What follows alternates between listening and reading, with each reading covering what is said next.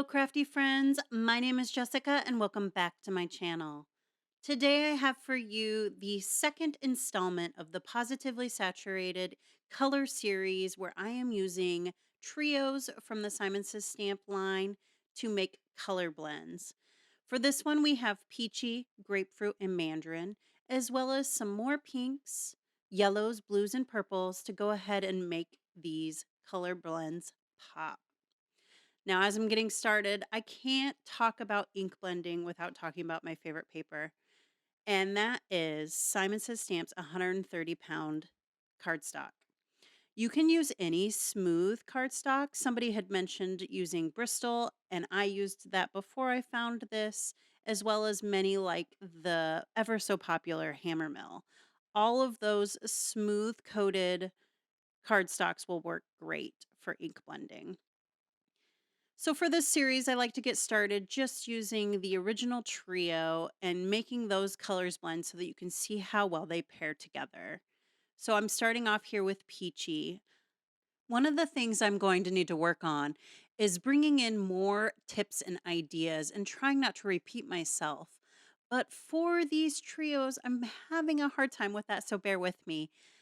What I like to do with my ink blending is I like to lay down an initial light layer. So with Peachy, I went ahead and put that layer down, and then I move into the next color, which is Grapefruit. And as I go, I build that color and then switch back to Peachy and then back to Grapefruit until I'm happy with the transition between the two colors. Once I'm all set there, I do move to the third color, which tends to be a darker color usually when I do my ink blending. But even if it's not, I try to lay down a light layer if I know it's not going to be fully saturated. But if I know I'm going to fully saturate the color, then I lay it down heavy, as you can see here. This is a great bright orange. I absolutely love Mandarin and all of these colors. I can't speak ill will of any of them, but these oranges are particularly fun and bright, and I love using them in my stamping. I do want to apologize for the shadow that is happening on this panel. I was filming this at night, and while I thought I had my lighting all set up, I do realize that when I have a complete darkness all around me outside, that this ring light that I use is not quite as great as having some kind of background lighting as well. So I'll work on that for the next one. I also apologize that I didn't bring this panel up close to the camera, but you will see it at the end and see how those colors blend beautifully. So that's the first blend, the original blend of these trios. Now we're going to move into number two, which is going to be Peachy, Cheeky, and Carnation. These are a great, lovely Easter blend, in my opinion. Would love to see this for some floral stamps or adding on stamped images that you've die cut out. Definitely scream an Easter for me. You're probably asking yourself or thinking that you'd like to ask me why I haven't taken the back off my grip mat so that it would lay flush to my workspace and I wouldn't have to hold it with my left hand. The best reason I have for that is I'm a fiddler and I fiddle with this grip mat enough that I didn't want to put it down solidly onto my workspace because I'm going to be picking it up, taking the panels off. I find it very helpful when I bend back the grip mat to get those panels to pop. And so that's why I didn't do it. Whether or not it makes sense, I'm not really sure, but it would probably be helpful if I just stuck it to my workspace so that I wouldn't have to hold it with my left hand. So for this blend, I did start there with Peachy from the trio, and now I'm going in with Cheeky. Cheeky for me is an orangey pink, and as you see when I put Carnation on, you'll kind of see how that transition occurs where we go from Peachy to Cheeky to Carnation and how that Cheeky is a nice in-between color for both of those. The reason that pink and orange blend so well together is because they're analogous on the color wheel. That means that they are next to each other. Primary and secondary colors go well as long as they're analogous to each other. When you start trying to do complementary color blending, you can get a very muddled color in between. And while it's not out of the question, you can blend them. It just might not give you the expectation or the color that you would like in between. I know I mentioned that this panel would be good for Easter. And so for a card idea, what I would do is I would stamp some florals on it and then use a bleaching technique with a paintbrush and water and adding the water to the stamped image while blotting it off afterwards to give that bleached out color. This would be a quick and easy way to have a one layer card. Now we'll do a quick cleanup and move on to the third trio in this ink blending panel series. And for the colors, we have grapefruit, rose, and iris. I think this is my favorite panel of this grouping. It's an absolutely beautiful bright orange to a bright pink and to that deep, lovely iris purple. If you have ideas on what I can do for my next trio, I'd love for you to let me know down in the comments below. I think I'm leaning more towards a green or a blue color palette for the next video, but I'd love your thoughts. So I know I spent some time last video talking about how I use my dye brushes interchangeably between my Simon Says Stamp original line and my Simon Says Stamp Positively Saturated inks. The difference between the two is one is water reactive and one is not. But I also want to mention that I use my original distress inks as well with these brushes. I just make sure that I really brush off in between. And I've never washed these brushes to this day, and I bought them when they first were released. So back to the ink blending. We are blending grapefruit, rose, and iris.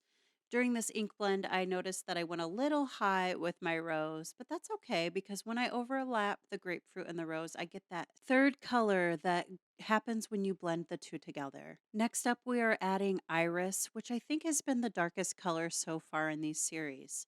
It's a lovely, cool purple, but I love how well it blends into that warm rose color. Now, as I stated last time, I am a fiddler, so you're going to see that I spend probably the most time trying to blend this panel together. It's a lot of overlapping the colors to ensure that it's a smooth transition. Something else I'd like to bring up again is the way that I hold these brushes. I have found that I can control the amount of pressure and alleviate some of the brush strokes that happen when using brushes during ink blending, when holding them at the head of the brush versus on the handle. I have also found that this takes the pressure off my wrists as well when doing it this way. And that was panel number 3. We're going to do a quick cleanup here and then move on to panel 4, which will have a surprise at the end of it. So you'll have to stay tuned in order to see what happens. For this next trio, it's going to be Mandarin, Citrine, and Cadette. I was really hoping for a rainbow effect when I chose these colors, but as you see during the ink blending, I was able to get a secondary color between Citrine and Cadette, but I didn't quite get another color in between Mandarin and Citrine. But I'll let you wait and see what I do to remedy that issue. Another tip before you get started ink blending is to ensure that your ink pads are fully saturated with ink. All of the inks in the Positively Saturated line do have re-inkers that can be purchased together when you buy them originally or separately if you already have the ink pads. And this is really great because in order to get good ink blending, it's great to have a saturated ink pad. As you can see here, my citrine is really saturated.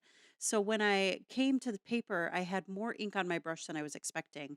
But my mandarin is looking a little light. So next time I'm going to make sure that I re-ink these ink pads before I get started. And again, here with my cadet, it's coming on a little lighter than I was expecting, so I can tell that it needs a little bit more ink. But as you can see, we're already starting to get that secondary color in between the citrine and the cadet, and I'm absolutely loving the green that it's creating. But there's not a lot of definition in between mandarin and citrine, that orange and yellow. And I'm trying real hard to get it to show up. I keep going back over it with yellow and the orange in hopes that it happens. I also brought the orange a lot farther down than my typical 3-color blend. So I knew I had to add a fourth color. So I'm adding cherry there over the orange so that we can get a true rainbow, a red all the way to blue, I guess. Sorry, Indigo, but I did leave you out, and Violet. But at least we have this nice rainbow blend when I add this cherry. So I'm adding just a little bit there at the top, going back over it with Mandarin, and then giving one final pass through with the citrine. You can also see that I went a little heavy handed on the orange and got a little bit of an over splotching there in between the two colors. So while these blends have typically been three colors, it's so easy to add that fourth to get your final dimension that you were looking for. Now we're going to go ahead and do a quick cleanup, and then I'll lay these panels out and show them to you one more time. The first two panels have dried back beautifully over time. The other two there, the more recent ones, need a little bit more time in order to smooth them out, but I promise you that these inks do a beautiful job of smoothing out. So here's Peaches, Grapefruit, and Mandarin. Lovely orange blend. I love how soft you can get Peaches and how saturated that you can get the Mandarin. Up next is that Easter trio, the Peachy, the Cheeky, and the Carnation. This would also look really great just doing a really fun geometrical background stamp and embossing it in white powder. Just be sure that the panel is dry before you sprinkle your powder on. For the third one, we have Grapefruit, Rose, and Iris. I will have to resubmit that this is my favorite panel of the trio today. Please let me know what yours is in the comments below. And then we have our first four color blend with Cherry, Mandarin, Citrine, and Cadette. This is a beautiful, bright, and bold rainbow blend. Thanks for stopping by to learn with me today, and I hope you got inspired. Take care.